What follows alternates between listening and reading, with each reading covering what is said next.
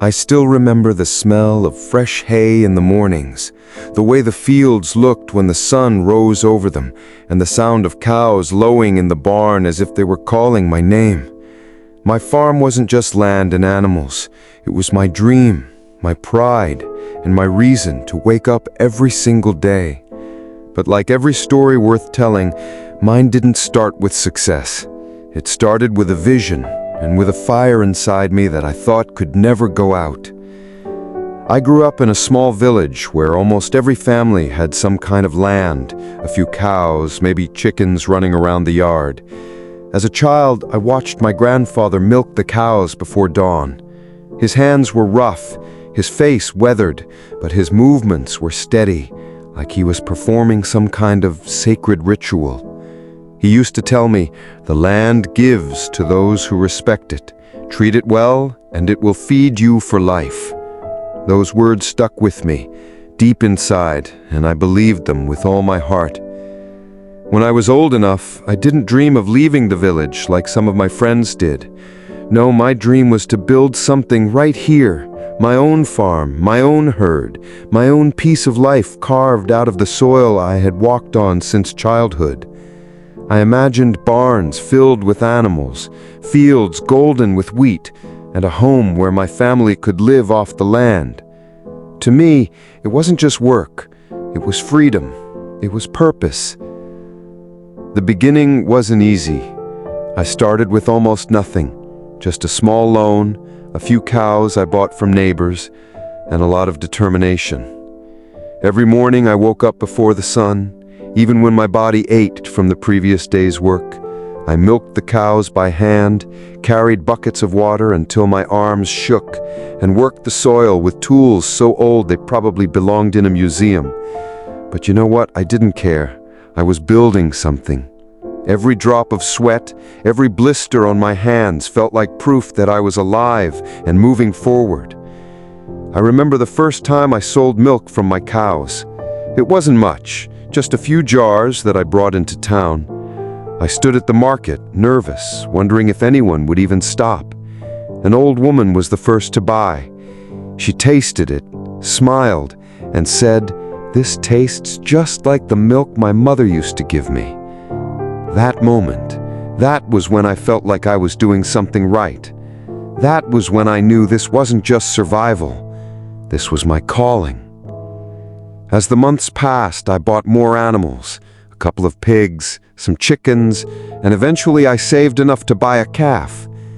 I raised her myself, bottle feeding her, watching her grow. I can't even describe the pride I felt the first time she gave milk. It felt like a cycle was complete, like the farm itself was finally breathing with me, alive and growing. But life on a farm is not only hard work, it's sacrifice. While my friends went to the city for fun, I stayed behind to fix fences, to help cows give birth, to plant and harvest. I remember one winter when the snow was so heavy it broke the roof of the chicken coop. I spent the entire night in the freezing cold repairing it by lantern light, my fingers numb, just to keep the animals alive. I thought to myself, if I don't do this, who will?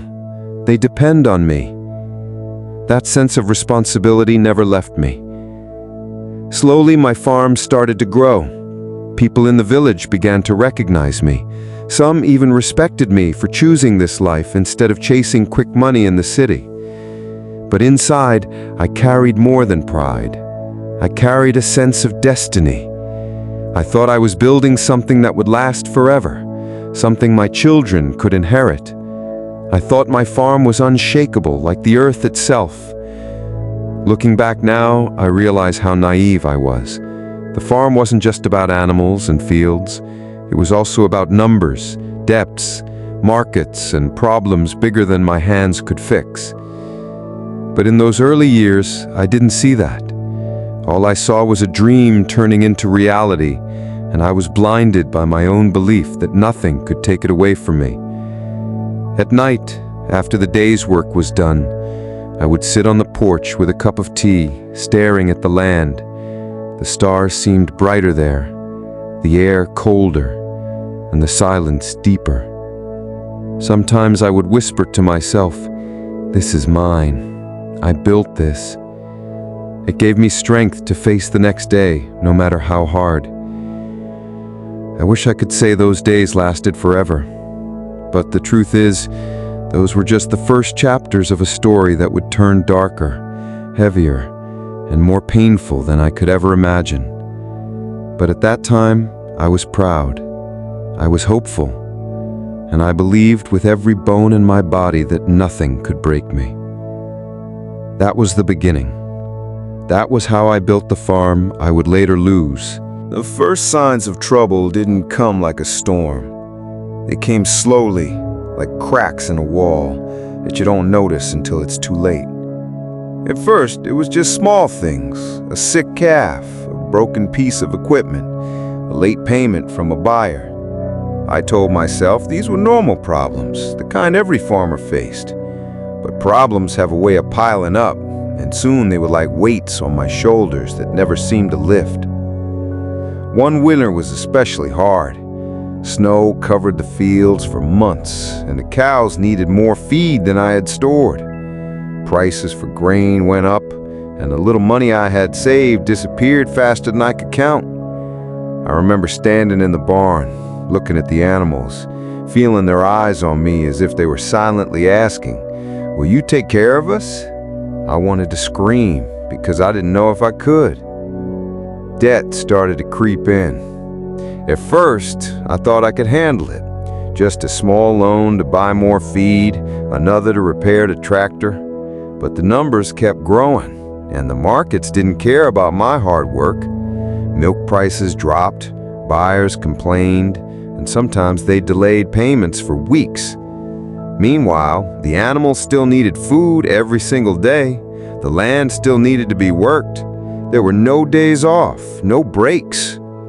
I remember one night, sitting at the kitchen table with bills spread out in front of me. My hands were shaking. I whispered to myself, "How did it get this far?"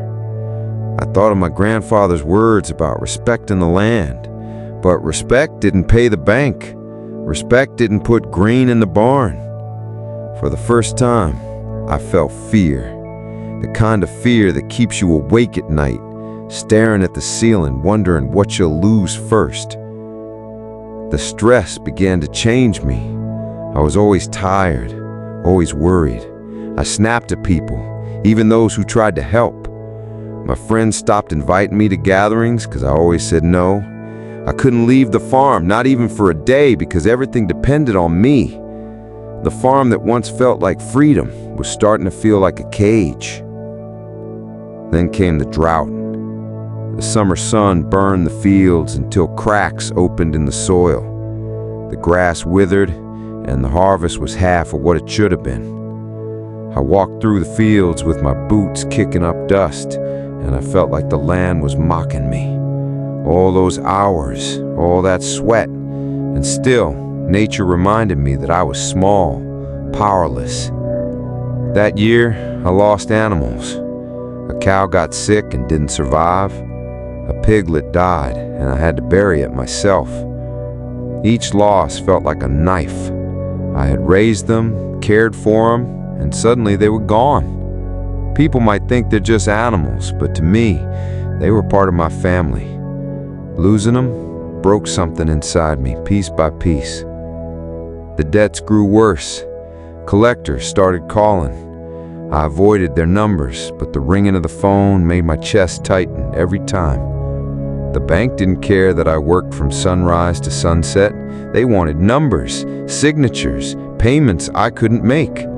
I tried selling more milk, but prices were lower than ever. Sometimes I sold at a loss just to keep going, just to buy enough feed for another week. One evening, my neighbor stopped by. He was older, a farmer all his life. He looked at me with tired eyes and said, "You're pushing too hard, son.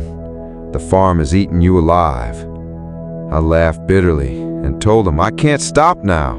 If I stop, everything I built will collapse." He shook his head, patted my shoulder, and left without another word. But his silence said more than I wanted to admit. The breaking point came slowly, not all at once. I began selling small things just to keep the animals alive. First it was old equipment, then a piece of land I swore I'd never give up. Each time I told myself it was temporary, that things would get better. But deep down, I think I already knew the truth. The farm was slipping through my fingers, and no matter how hard I held on, it was leaving me. There was one night I'll never forget. A storm had rolled in, and rain pounded on the roof. I sat in the dark barn, listening to the cows shifting in their stalls. I leaned against the wooden wall and whispered, "I'm sorry. I tried." My chest ached, my throat burned, and tears ran down my face. It felt like I was apologizing not just to the animals, but to myself, to the dream I once had. For the first time, I admitted to myself that I was losing. The farm was no longer my sanctuary. It had become a battlefield, and I was losing the war. The end didn't come with one big explosion. It came quietly, like a candle burning out after fighting the wind for too long. One day, I still called it my farm, and the next day, it was gone. But the moments that led there, they're burned into me forever. The final months were the hardest of my life. I woke up every morning with the same question in my mind. What can I sell today just to survive tomorrow? I sold tools, furniture, even the old rocking chair that belonged to my grandmother. Every piece I gave up felt like tearing out a part of my soul. Yet no matter what I sold, the debt still grew. The bank's letters became more aggressive. The calls came more often. And every time I heard the word payment, my stomach twisted into knots. There was one morning I'll never forget. I walked out to the barn, and the silence hit me harder than any words could. Half the stalls were empty. I had sold most of my cows, the pigs, even the chickens. The farm that once sounded alive, full of clucking, mooing, squealing, was now quiet, dead quiet. I leaned against the barn door, staring at the emptiness, and I realized the truth. The farm wasn't dying. It was already gone. The day the bank came to take the land, the sky was gray. I remember the sound of their boots crunching on the gravel as they walked across the yard. They didn't look at me with pity or anger or even respect. To them, I was just another failed farmer, another file in their drawer. They handed me papers to sign, and my hand shook so badly I could barely hold the pen. I wanted to fight, to scream, to throw the papers in their faces. But what would that change? The debts were bigger than me, the law was bigger than me, and so I signed. With every stroke of the pen, I felt like I was erasing myself. After they left, I sat on the porch of the house that was no longer mine. The land stretched out in front of me, the same land I had walked since I was a boy. But it felt different now, colder, distant, like it no longer belonged to me. I whispered, "I built this. How can it not be mine?" But the silence gave no answer. Losing the farm wasn't just losing land or animals. It was losing my identity. For years, I had introduced myself as a farmer, lived as a farmer, breathed as a farmer. Without the farm, who was I? Just a man with empty hands and memories and what could have been. That thought crushed me more than the debts ever did. For weeks afterward, I wandered like a ghost. I stayed with relatives for a while, but no matter where I went, I carried the emptiness with me. At night, I dreamed of the cows calling for me, of the sound of a calf being born, of fields golden with wheat, and then I woke up to nothing. Those dreams hurt more than reality. But slowly, painfully slowly, I began to understand something. The farm may have been taken from me, but the lessons it gave me could never be taken. I learned what it means to work until your body breaks, what it means to love something so deeply you're willing to sacrifice everything, and what it means to lose and still keep breathing. The farm gave me strength, even in its loss. People often ask me if I regret it, if I regret building something I couldn't keep. My answer is always the same: no. I regret losing it, yes. The pain will never fully go away, but I don't regret the years I spent fighting for that dream. Because for a time, I lived with purpose. I knew who I was, and no one can take those memories from me. Sometimes I go back to that village. I walk by the fields that used to be mine. The barns look different now, repainted, rebuilt, owned by someone else. And when I stand there, I feel both pride and sorrow. Pride because I once made that land come alive. Sorrow because I couldn't hold on to it. But maybe that's life. Nothing is ever truly ours, not forever. We borrow it, we love it, and then we let it go. If there's one thing my story can give to others, it's this: dreams are worth chasing, even if you lose them. Because in chasing them, you find yourself. My farm may be gone, but the man it shaped, the man I became through all the sweat, the failures, the nights spent in the cold, he still remains. And that, in the end, is something no bank, no drought, no storm can ever take away. That's how I lost my farm. And that's how I found myself in the loss. Thanks for watching. Don't miss the next story.